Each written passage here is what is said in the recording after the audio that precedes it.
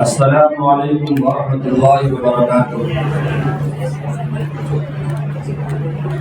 الحمد للہ نحمده ونصلی علی رسوله الکریم، اما بعد، قال النبی صلی اللہ علیہ وسلم من لم یشکر الناس لم یشکر اللہ۔ حضرات گرامی، ویسے تو صحیح بات یہ ہے کہ جو پروگرام یہ ہوا ہے،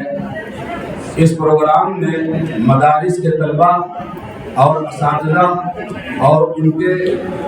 سرپرستان موجود ہیں۔ جو حکم صاحبان امتحان لیتے ہیں اور امتحان لینے کے بعد جن طلبہ کا انٹرویو لیتے ہیں، ان کے اندر کیا نقائص ہوتے ہیں یا کیا خوبیاں ہوتی ہیں، تفصیل سے اس پر روشنی ڈالنی چاہیے، لیکن قلت وقت کی وجہ سے یہاں تمام چیزیں بیان نہیں کی جا سکتی ہیں۔ لیکن اجمالی طور پر میں آپ حضرات سے یہ بات کہوں گا کہ جتنے طلبہ نے شرکت کی ہے، تقریباً 500 کی تعداد تھی، لیکن 450 طلبہ ماشاءاللہ یہاں حاضر ہو کر کے انہوں نے شرکت کی، اور اس میں وہ مدارس بھی قابل مبارکباد ہے، اساتذہ بھی قابل مبارکباد ہے، اور ان کے سرپرستان یعنی ان کے والدین بھی قابل مبارکباد ہے۔ ویسے تو آپ حضرات نے اس پروگرام کے تمام تاثرات سن لی ہے، اور یہاں جتنی بھی حکم صاحبان ہیں تقریباً 2 درجن ہیں، 2 درجن یعنی 20 تقریباً، سب کے تاثرات ہونے چاہیے، تاکہ اسی اعتبار سے طلبہ کو کچھ ایسی چیزیں ملتی تاکہ آنے والے وقتوں میں ان کو اور اچھا سلیقہ ملتا اور ان کو پڑھنے کا حوصلہ ملتا۔ لیکن جہاں تک میرا تعلق ہے کہ تقریباً 36 سال سے دارالعلوم وقت دیوبند کے اندر اس خدمت کو انجام دے رہا ہوں۔ جب ہمارے محترم حضرت مولانا اصغر علی صاحب صدر جمعیت مرکزی جمعیت اہل حدیث ہند کا خط گیا ہے، دعوت نامہ گیا ہے، تو ہمارے محتمم جانشین خطیب الاسلام حضرت مولانا محمد سفیان صاحب دامت برکاتہم محتمم دارالعلوم وقف دیوبند نے 1 مہینہ قبل ہی مجھے بلا کر کے پوری تفصیل بتائی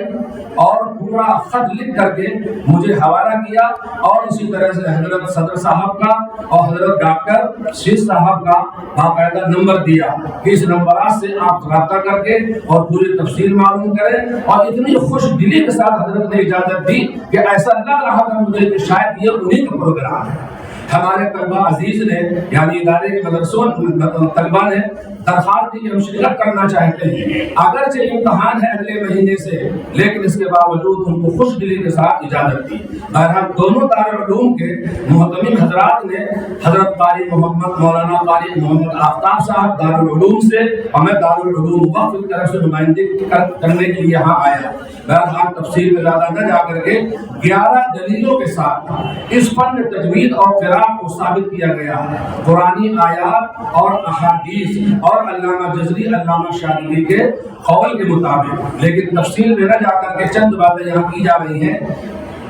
معزز صدر اجلاس حضرت مولانا اصغر علی امام مہدی سلفی حفظ اللہ، اور اجلاس میں موجود اکابر علماء کرام، حکم صاحبان، معزز علماء کرام اور پورے ملک سے تشریف لائے طالبان علوم نبوت،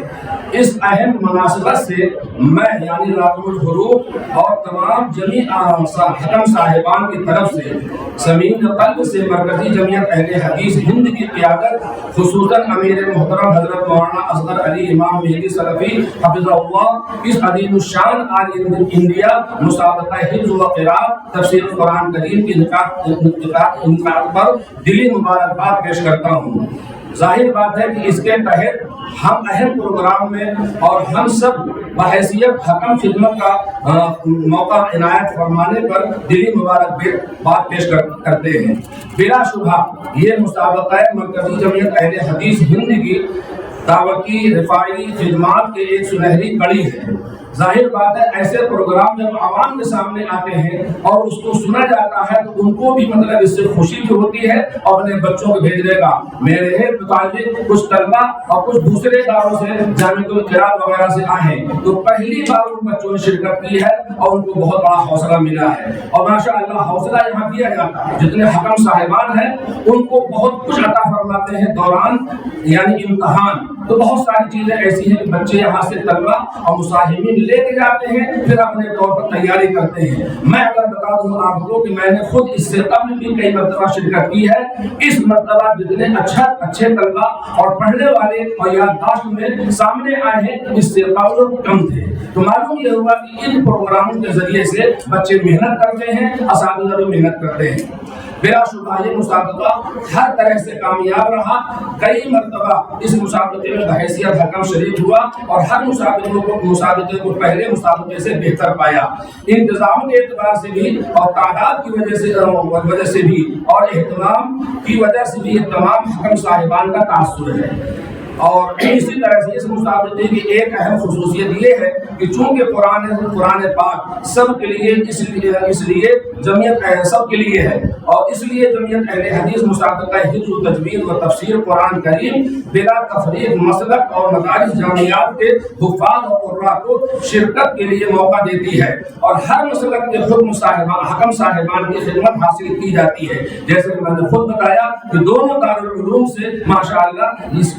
ادارے کے اندر جو آئے وہاں سے نمائندگی کے لیے باقاعدہ من جانب ادارہ بھیجا گیا ہے۔ اس مسابقے کی یہ خصوصیت ہے کہ ایک مثالی کام جس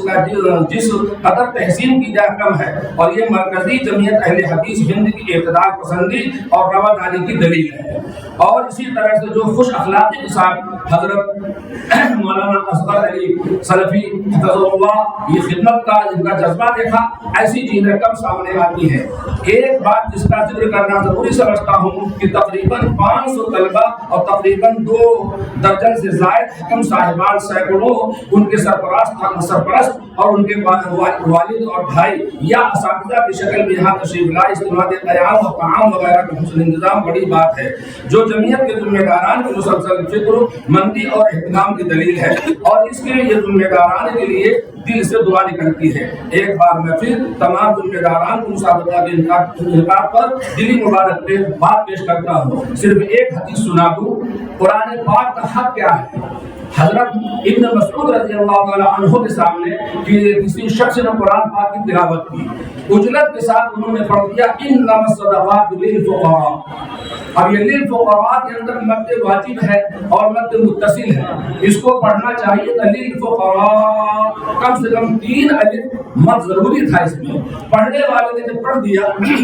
تو حضرت ابن مسعود رضی اللہ تعالیٰ عنہ نے کہا بھائی ہم نے اللہ کے پیغمبر جناب محمد مصطفیٰ صلی اللہ علیہ وسلم سے اس طرح قرآن پاک نہیں سنا۔ خیر پڑھنے والوں کو فکر پیدا ہو گئی تو پڑھنے والے نے یہ کہا کس طرح پڑھا، تو حضرت ابن مسعود رضی اللہ تعالیٰ عنہ نے اس طرح پڑھ کے بتایا جیسا کہ اللہ کے پیغمبر صلی اللہ علیہ وسلم سے پڑھا تھا، یعنی اننا کے اندر اگر گننا چھوٹ گیا تھا ایک الف کا قدر تو اس کو ادا کیا، اور اس کے بعد للفقراء جو 3 الف مد کرنا اس میں فرض واجب بتایا جاتا ہے اور 5 تک کھینچنے کی اجازت ہے، تو احساس پیدا ہوا اور فوراً اپنی اصلاح لی۔ اسی کو حضرت ملا علی قاری رحمۃ اللہ علیہ لکھتے ہیں کہ اگر کوئی مد واجب میں اور مد لازم میں مد نہ کرے یہ لہن جلی ہے، اور لہن جلی کا پڑھنا سننا دونوں حرام ہے۔ اسی کو علامہ شافعی رحمۃ اللہ علیہ فرماتے ہیں وما للقياس في القراءة مدخل فدون كما فيه الرضا متكفلا، یعنی قراءت کے اندر تجوید کے اندر